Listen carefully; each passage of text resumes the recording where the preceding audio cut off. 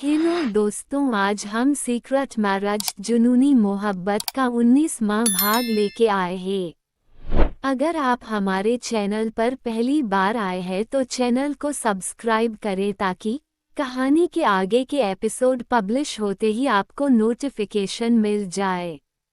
कुछ देर बाद गौरी फ्रेश होकर बाथरूम से बाहर आई तो शिवांश ने उसका हाथ पकड़ा और उसे लेकर बालकनी की तरफ चला गया।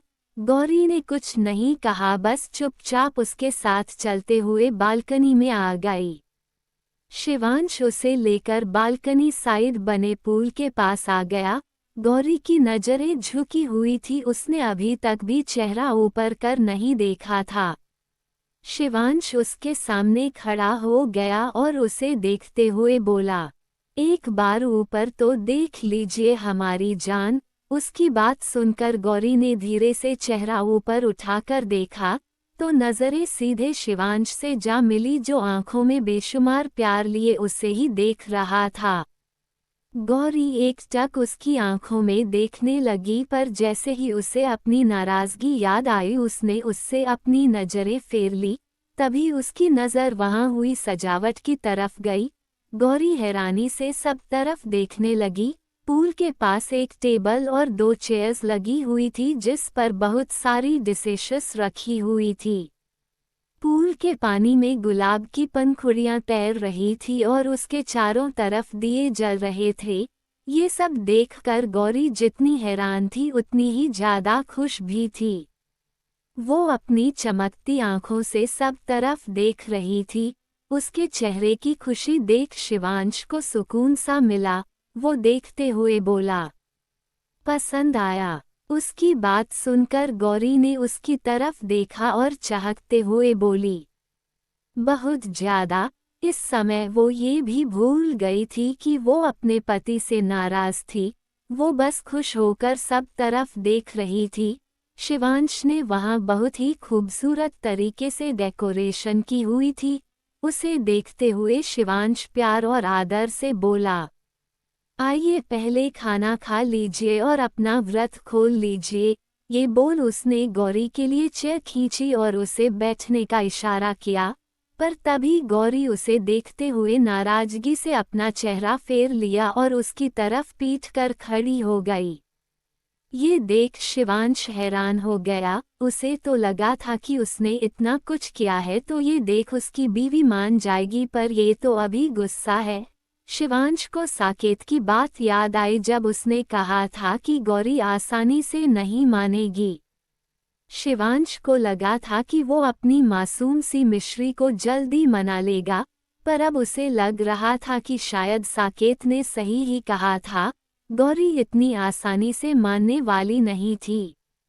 शिवांश ने गहरी सांस ली और जाकर गौरी के पीछे बिल्कुल उसके करीब खड़ा हो गया और उसके में अपना चेहरा छुपाते हुए धीरे से मगर गहरी आवाज में बोला, हमारी जान अभी भी नाराज है हमसे।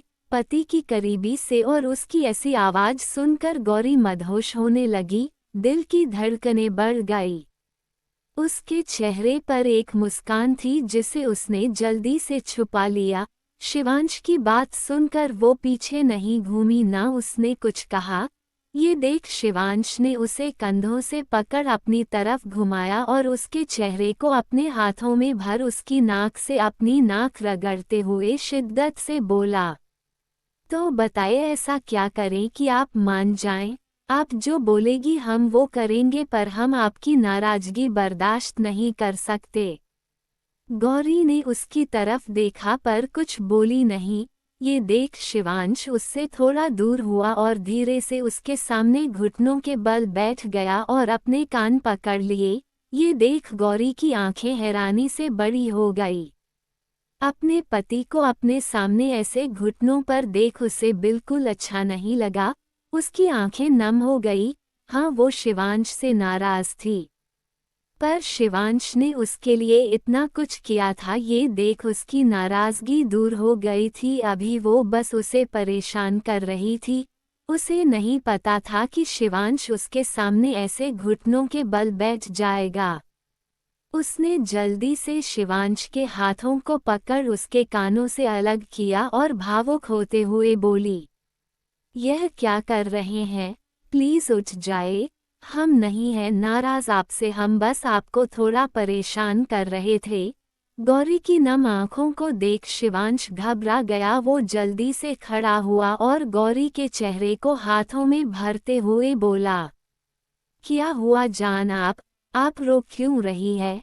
गौरी ने उसे देखा और रोते हुए बोली, हमें बिल्कुल अच्छा नहीं लगा आपको ऐसे हमारे सामने घुटनों के बल देख। आप हमारे पति हैं, आप हमारे पांवों में ऐसे कैसे झुक सकते हैं? गौरी इस समय बहुत ही भावुक हो चुकी थी। शिवांश उसके माथे को चूमते हुए सच्ची शिद्दत और लगन से बोला, आपके सामने तो हम हमेशा झुकने लिए तैयार है। पत्नी है आप, हमारी जान, हमारे घर की लक्ष्मी, तो आपके आगे झुकने में क्या इतराज है? और वैसे भी आपको मनाने के लिए तो हम आपके पांवों में भी झुक सकते हैं। गौरी झट से उसके सीने से लग गई और भावुक होते हुए बोली, बिल्कुल नहीं, हम आपका सिर झुकाते हुए नहीं देख सकते, चाहे वो हमारे आगे ही क्यों न हो। हमें आपका सिर हमेशा गर्व ऊंचा ही अच्छा लगता है। तो आगे से आप कभी भी किसी के आगे भी नहीं झुकेंगे, हमारे आगे भी नहीं। शिवांश ने उसे बाहों में भर लिया और गुरूर और जुनून से बोला, इस दुनिया में कोई ऐसा नहीं है जो शिवांश सूर्यवंशी को झुका सके, पर आप हमारी जान है, आपके आगे हम खुद खुशी खुशी झुक सकते हैं। फिर उसे खुद से अलग कर, अच्छा चलिए अब बातें बहुत हो गई। आइए पहले पानी पीकर और खाना खाकर व्रत खोलिए। ये बोल वो गौरी का हाथ पकड़ उसे टेबल के पास ले गया। उसने वहां रखी मिठाई उठाई और गौरी के आगे कर दी। गौरी ने मुस्कुराते हुए थोड़ी सी मिठाई खाई और फिर वही मिठाई शिवांश के आगे करते हुए बोली, चलिए अब आप भी खाए। हमें पता है आपने भी हमारी तरह सुबह से कुछ नहीं खाया। शिवांश उसकी तरफ देखने लगा तो गौरी मुस्कुराते हुए बोली, ऐसे क्या देख रहे हैं? आपको क्या लगा आप हमें बताएंगे नहीं तो हमें पता नहीं चलेगा कि हमारे पति ने भी हमारे लिए व्रत रखा है। शिवांश ने कुछ नहीं कहा, बस एकटक उसे जुनून और शिद्दत से देखते हुए उसके हाथ से मिठाई खा ली। फिर दोनों ने एक दूसरे को अपने हाथों से पानी पिलाया। उसके बाद शिवांश ने गौरी को चेयर पर बिठाया और खुद भी उसके सामने बैठ गया। शिवांश ने खुद अपने हाथों से एक प्लेट में खाना सर्व किया और गौरी को देखते हुए बोला, क्या एक ही प्लेट में खा सकते हैं आपके साथ? उसकी बात सुनकर गौरी मुस्कुरा दी और चेयर उसके पास खिसकाकर उसके नजदीक बैठ गई। दोनों ने एक ही प्लेट में डिनर किया। फिर शिवांश ने सर्वेंट को फोन कर बर्तन लेकर जाने के लिए कहा, तो कुछ ही देर में सर्वेंट आकर बर्तन लेकर चला गया। शिवांश ने गौरी की तरफ देखा जो पूल के पास खड़ी पानी को देख रही थी, जिनमें गुलाब की पंखुड़ियां तैर रही थी। शिवांश ने उसे देखा और उसके पीछे जाकर उसे बाहों में भर लिया और उसके बालों में अपना चेहरा घुसाते हुए मदहोशी और तलब से बोला, हमारी जान। उसकी मदहोशी भरी आवाज सुनकर गौरी सिहर गई और उसके हाथों पर जो उसके पेट पर लिपटे थे उन पर अपने हाथ रखते हुए बोली, कहिए ना। शिवांश ने और मजबूती से उसे अपने बाहों में जकड़ा और तलब और तड़प से बोला, हमारी जान। गौरी बोली, कहिए ना शिव। गौरी के मुंह से एक बार और अपना नाम सुनकर शिवांश को बहुत अच्छा लगा। उसने गौरी को अपनी तरफ घुमाया और उसकी कमर में बांह लपेट उसे खुद के करीब खींच लिया। गौरी उसके सीने से लग गई। दोनों के बीच हवा जाने तक जितनी जगह नहीं थी, दोनों को अपने चेहरे पर एक दूसरे की सांसें महसूस हो रही थी, जिसे महसूस कर दोनों की सांसें तेज हो गई, धड़कनें बेतहाशा धड़कने लगी।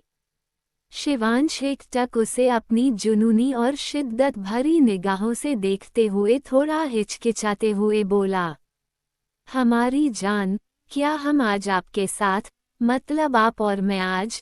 शिवांश को समझ नहीं आ रहा था कि जो वो बोलना चाहता है वो कैसे बोले। वो हिचकिचा रहा था, शर्मिंदगी महसूस कर रहा था। उसे समझ नहीं आ रहा था कि वो जो बोलना चाहता है वो कैसे बोले, पर बोलना तो था ही। और वैसे भी उसके सामने उसकी बाहों में खड़ी यह नाजुक सी कन्या उसकी बीवी थी, तो उसके सामने कुछ भी बोलने के लिए उसे इतना शर्माने और हिचकिचाने की जरूरत नहीं है। वही गौरी जो उसकी बातों का मतलब समझ रही थी, उसे बहुत शर्म आ रही थी। उसका चेहरा लाल हो चुका था, नजरें शर्म से झुक चुकी थी, धड़कनें जो पहले ही तेजी से चल रहा था वो और तेज हो चुकी थी।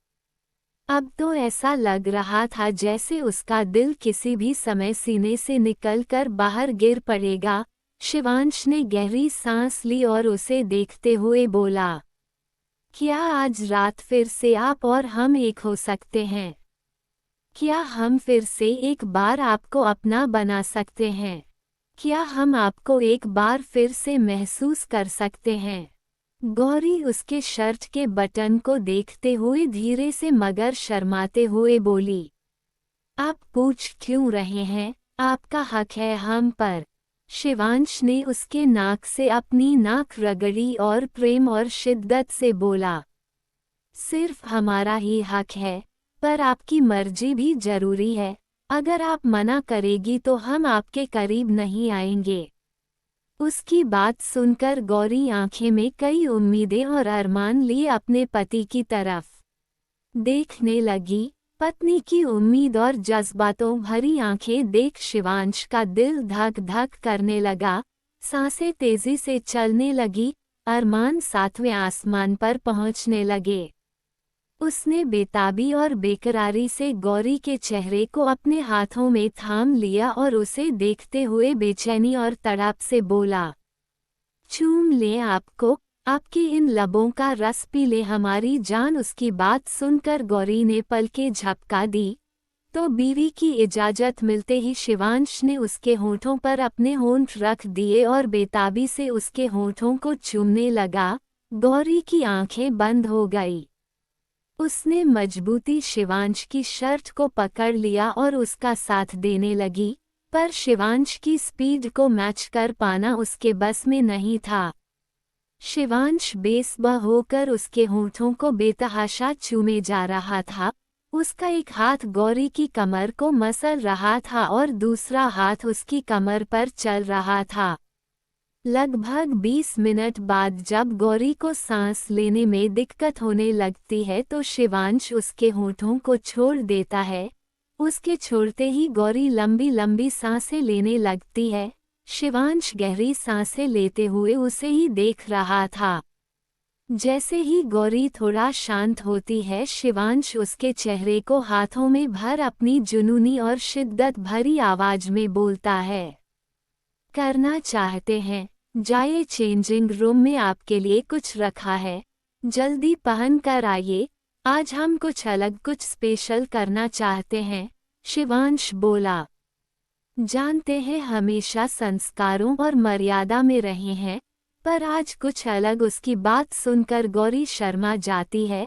उसमें हिम्मत नहीं होती शिवांश से नजरें मिलाने की। वो जल्दी से हाँ गर्दन हिलाकर अंदर रूम में चेंजिंग रूम में चली जाती है।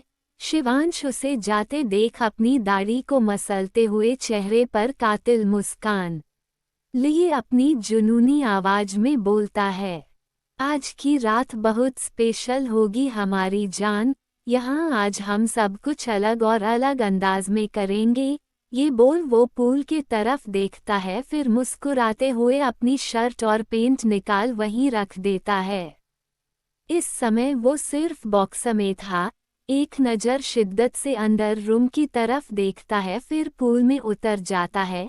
वहीं चेंजिंग रूम में गौरी की सांसें तेजी से चल रही थी, दिल बेतहाशा धड़क रहा था। पति के करीब आने की इच्छा तो उसकी भी थी, पर संस्कारों और मर्यादा के चलते कभी खुल कर कह नहीं पाए। पर आज शिवांश की बातें सुनकर कि वो कुछ अलग करना चाहते थे, गौरी को बहुत घबराहट हो रही थी, पर अच्छा भी लग रहा था। उसने गहरी सांस ली और सामने देखा तो एक बॉक्स पड़ा हुआ था।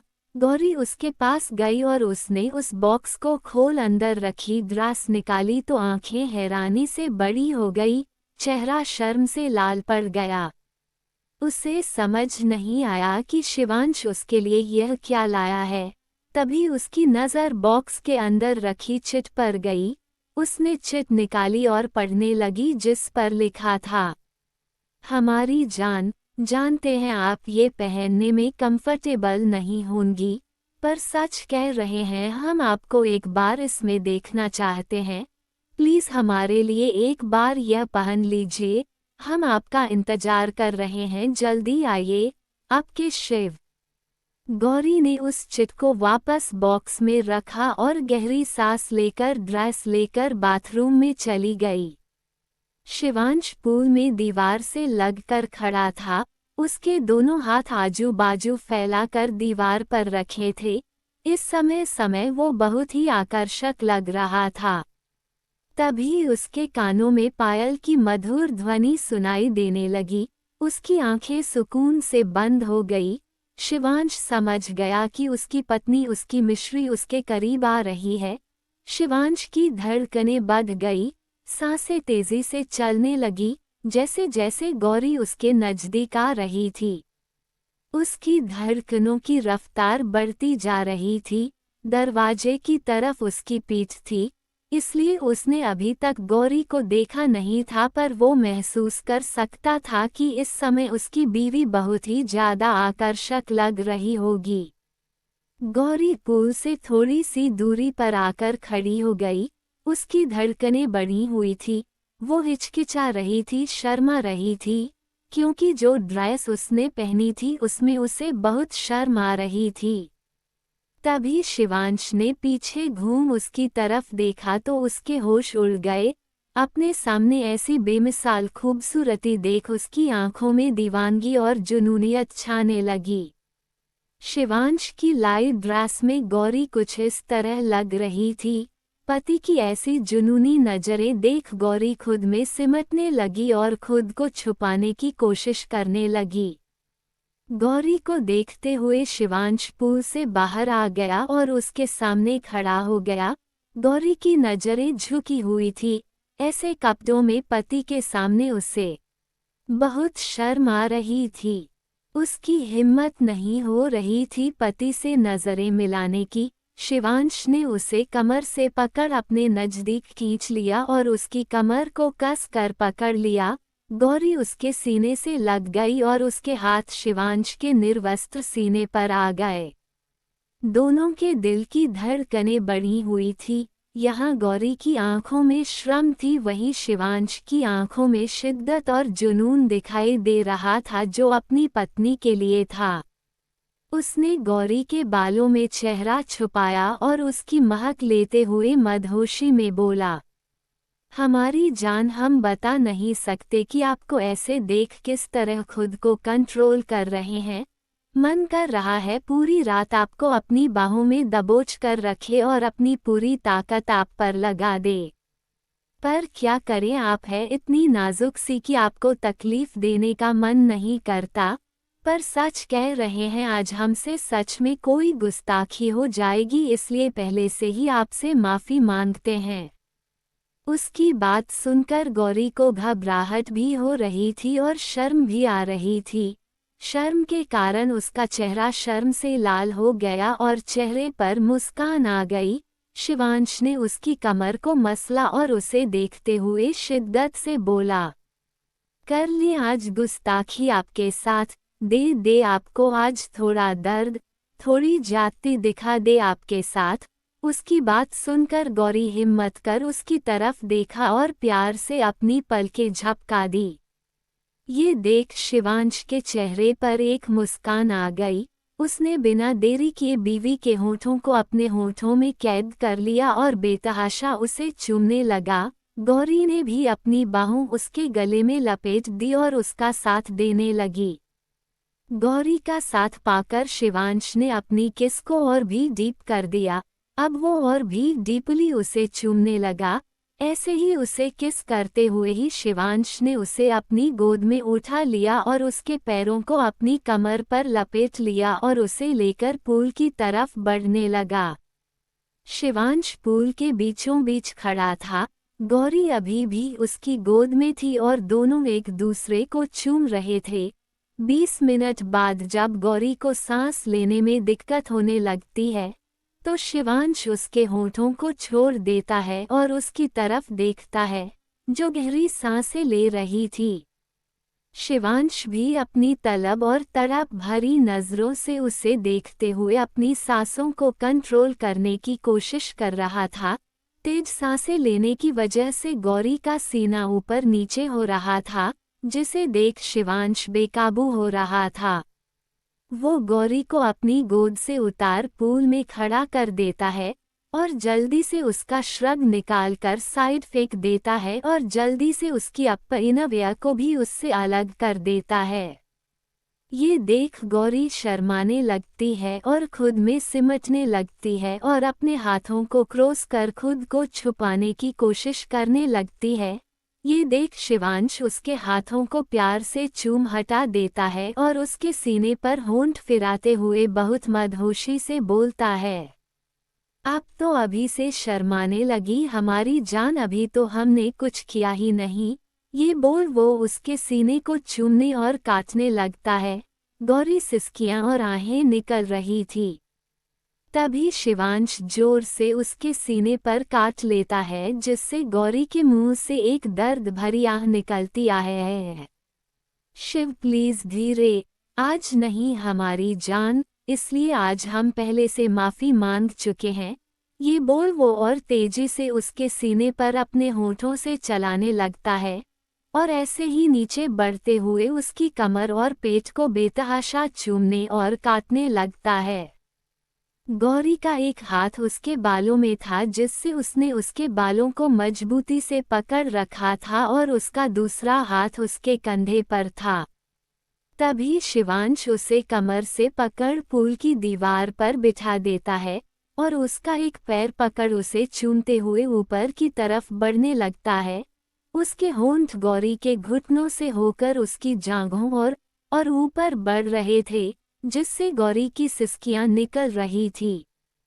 कुछ देर बाद दोनों बिना कपड़ों के पूल में थे और शिवांश शिद्दत से बीवी के पूरे जिस्म को अपने होठों और हाथों से छू रहा था। कुछ देर तक बीवी को ऐसे ही प्यार करने के बाद शिवांश उसे अपनी गोद में उठा लेता है और उसके पैरों को अपनी कमर पर लपेट उसे पूल की दीवार से लगा देता है। देखते ही देखते गौरी की एक तेज चीख निकलती है और आंखों से आंसू बहने लगते हैं। शिवांश बहुत ही शिद्दत से उसे प्यार कर रहा था। गौरी की पकड़ उसके कंधों पर कसती जा रही थी।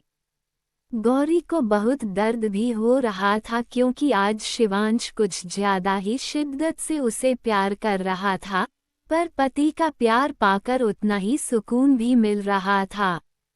शिवांश तेज तेज सांसें लेते हुए शिद्दत से उसे प्यार कर रहा था। लगभग 1 घंटे तक बिना रुके बीवी को प्यार करने के बाद शिवांश उससे अलग होता है। गौरी की हालत खराब हो रही थी। अब पानी के बीच उसे ठंड लग रही थी। उसका शरीर कांप रहा था। यह महसूस कर शिवांश उसे आराम से गोद में उठा लेता है और लेकर कमरे की तरफ बढ़ जाता है। वो गौरी को लेकर अंदर आता है और आराम से उसे बिस्तर पर लिटाकर खुद उसके ऊपर आ जाता है और दोनों को चादर से कवर कर एक बार फिर गौरी में समा जाता है। दोनों के प्यार का सिलसिला ऐसे ही पूरी रात चलता रहता है। रात लगभग 3 बजे के करीब शिवांश उसे छोड़ता है और अपनी बाहों में भर लेता है। वह मासूम सी कन्या तो पति के इतने प्यार से पूरी तरह घायल हो चुकी थी और अब पति की बाहों में आते ही गहरी नींद में चली जाती है। शिवांश प्यार से उसके माथे को चूमता है और उसे अपनी बाहों में भर खुद भी नींद के आगोश में चला जाता है। दूसरी ओर आस्था बिस्तर पर घुटनों में मुंह घुसाए बैठी हुई थी। उसे रुद्र की बहुत याद आ रही थी। वो जल्द से जल्द रुद्र के पास जाना चाहती थी, पर उसे पता था यह इतना भी आसान नहीं है। पर उसने सोच लिया था कि वो कैसे भी यहाँ से निकल कर ही रहेगी। उसके लिए उसे रात तक का इंतजार करना है।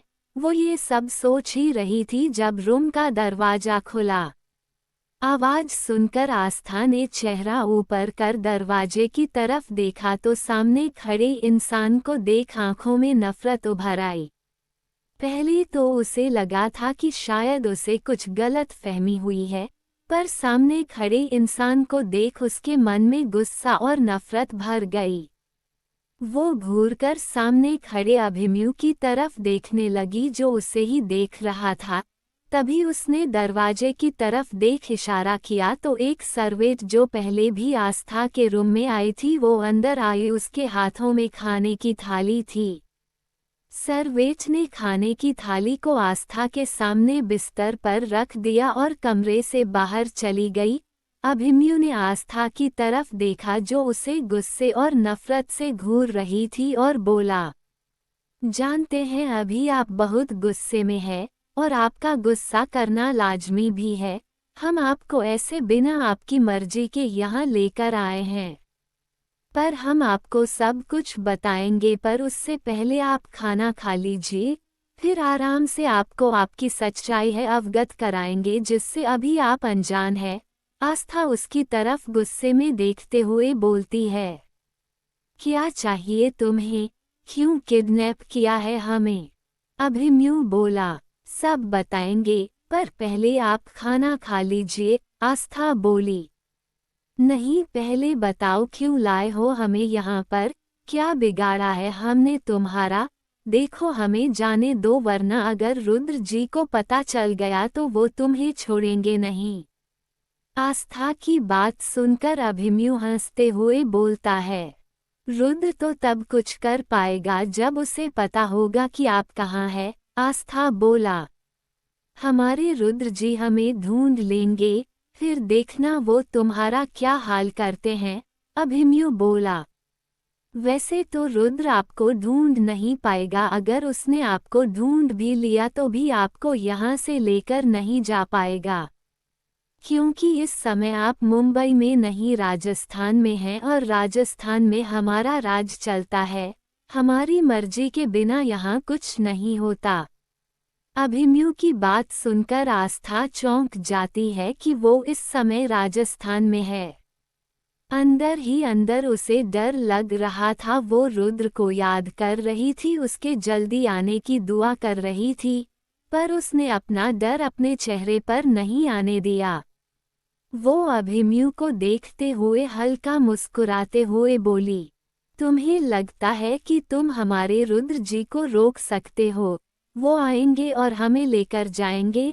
आस्था के मुंह से बार बार रुद्र का नाम सुनकर अभिमन्यु को गुस्सा आ रहा था, पर वो अपने गुस्से को कंट्रोल करते हुए बोलता है, देखिए पहले आप खाना खा लीजिए, फिर हम आपको आपकी पूरी सच्चाई बताते हैं। अपनी सच्चाई, अपनी असली पहचान जानने के बाद आप खुद उस रुद्र के पास जाने से मना कर देंगी। आस्था ने गुस्से में खाने की प्लेट उठाकर नीचे फेंक दी और चिल्लाते हुए बोली, मुझे कुछ नहीं खाना, ना ही तुम्हारी कुछ बकवास सुननी है। मुझे बस मेरे रुद्र जी के पास जाना है। उसकी बात सुनकर अभिमन्यु गुस्से में चिल्लाते हुए बोलता है, चुप, बिल्कुल चुप। क्या रुद्र रुद्र लगा रखा है आपने? जानती क्या है आप रुद्र के बारे? यही ना कि वो एक बिजनेसमैन है, पर उसकी असली पहचान से अनजान है आप। जिस रुद्र के पास जाने के बात कर रही है आप, वो कोई बिजनेसमैन नहीं, अंडरवर्ल्ड का डॉन है, जिसे सब किंग के नाम से जानते हैं। ना जाने कितने लोगों का कत्ल किया है उसने, कितने बेगुनाहों का खून बहाया है उसने, और आप उसके पास जाने की बात कर रही है। अभिमन्यु के ऐसे चिल्लाने से आस्था सहम जाती है, पर फिर अभिमन्यु की बात सुनकर वो हैरान हो जाती है और उसे देखना में गर्दन हिलाते हुए बोलती हैं, नहीं, झूठ बोल रहे हैं आप। हम जानते हैं अपने रुद्र जी को, वो किसी का खून नहीं कर सकते, आप झूठ बोल रहे हैं। अभिमन्यु बोला, झूठ नहीं बोल रहे हम, यही सच है। और एक सच ये भी है कि आप कोई मामूली लड़की नहीं है और न ही आपका नाम आस्था है, आपका असली नाम शिवकन्या सूर्यवंशी है। आप राजस्थान के राजा रघुवेंद्र सूर्यवंशी और रानी मालती सूर्यवंशी की बेटी है, इस राजस्थान की राजकुमारी। उसकी बात सुनकर आस्था उसे देखते हुए बोलती है, तुम्हें कोई गलत फहमी हुई है, हम कोई राजकुमारी नहीं है, हमारा नाम आस्था है और न ही हम किसी राजा रानी की बेटी है। हमारी माँ बचपन में ही जन्म देते ही मर गई थी, हमारे बाबा अभी भी जिंदा है। हम अभिमन्यु, वो माधव आपका पिता नहीं है, बल्कि राजगद्दी के लिए आपके माता पिता को जिन लोगों ने मारा था वो उनमें से एक है, गद्दार है वो, यही सच है। उसकी बात को बीच में काटते हुए अभिमन्यु बोला, आस्था को समझ नहीं आ रहा था कि वो क्या बोले, वो बहुत कंफ्यूज थी।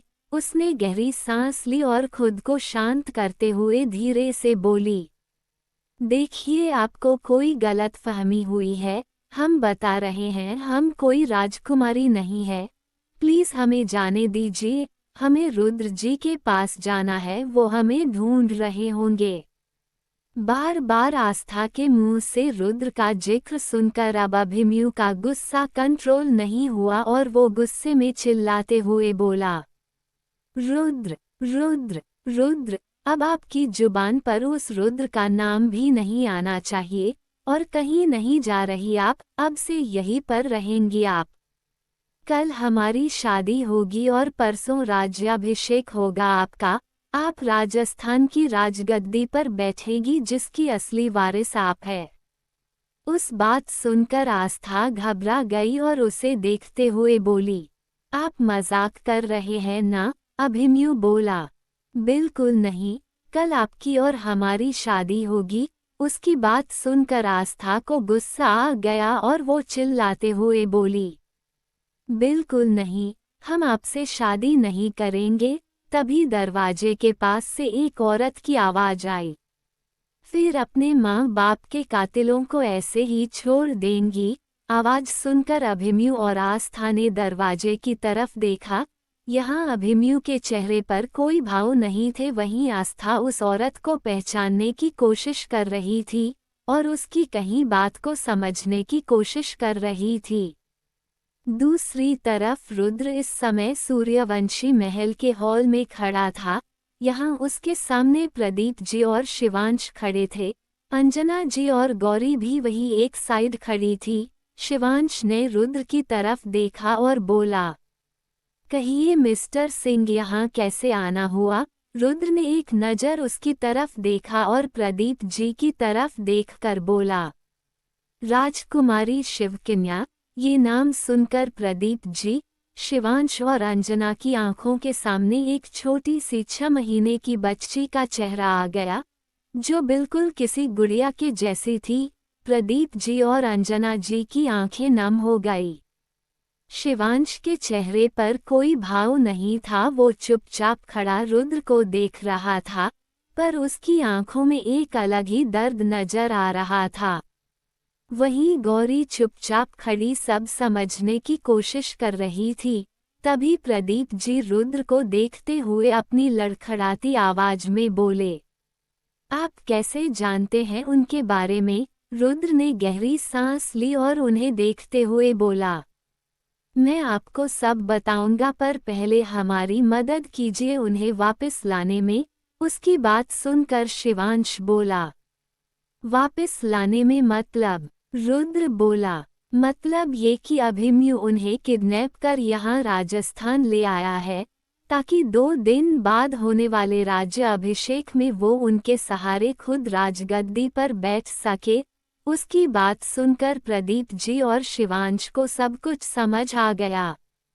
तभी अंजना जी प्रदीप जी के पास आए और रोते हुए बोली, कुछ भी कीजिए, हमारी बच्ची को वापस लेकर आइए। भाई सा और भाभी सा को तो हम खो चुके हैं, पर हमारी बच्ची को हम किसी भी कीमत पर नहीं खोना चाहते, प्लीज उसे ले आइए।